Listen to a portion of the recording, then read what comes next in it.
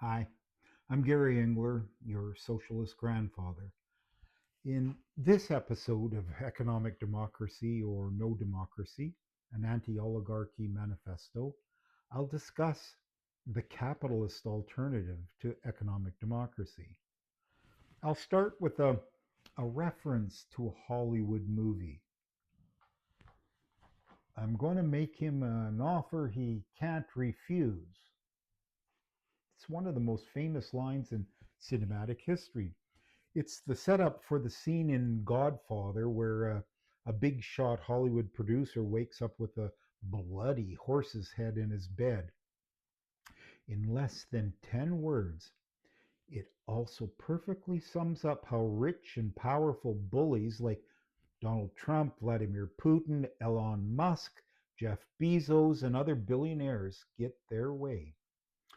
Use of the tactic has certainly never been limited to mafiosi.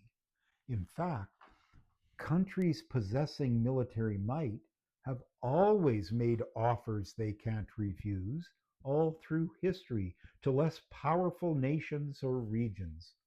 But today's ultimate practitioners are giant corporations that dominate the world economy. The 0.1% wealthiest people on the planet use their control of governments and corporations to impose their will on the rest of us.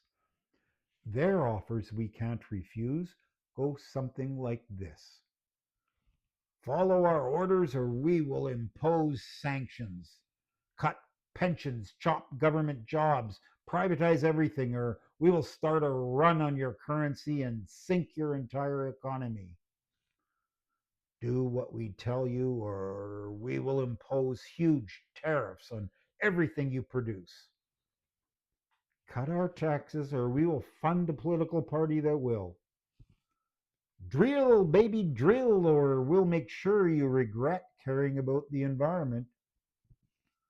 Screw your pathetic democracy. Satisfying us is more important than satisfying the will of the majority.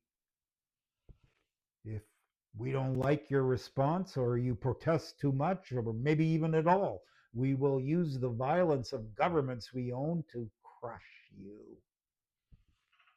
We will get our way or destroy any semblance of democracy. But it's not just outright repression and threats. Like Don Corleone, the corporations also have politicians, judges, journalists, academics, lobbyists, personalities, and many others on their payroll to lie, obfuscate, corrupt, and manipulate to get their way.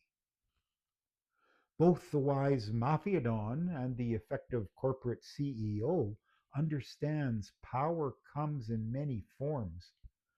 The use of violence needs to be minimized.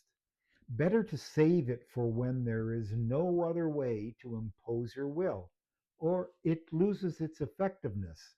Too much looks bad.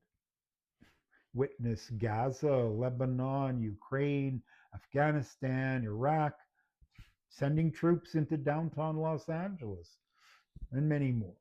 But here's the thing with both organized crime and our economic system, there's always some competitor, be it a long established rival or a neighborhood upstart capitalist willing to employ whatever means necessary to steal your territory. If you get soft, you risk losing everything. If your profit margins are less than your competitors, their power will grow while yours stagnates. As the movie and its sequels vividly shows, there can be no Mr. Nice Guy Mafia Don. The logic of organized crime makes it impossible. To be successful, to survive, lying, cheating, bribing, and ultimately violence is necessary. And it's the same with capitalism.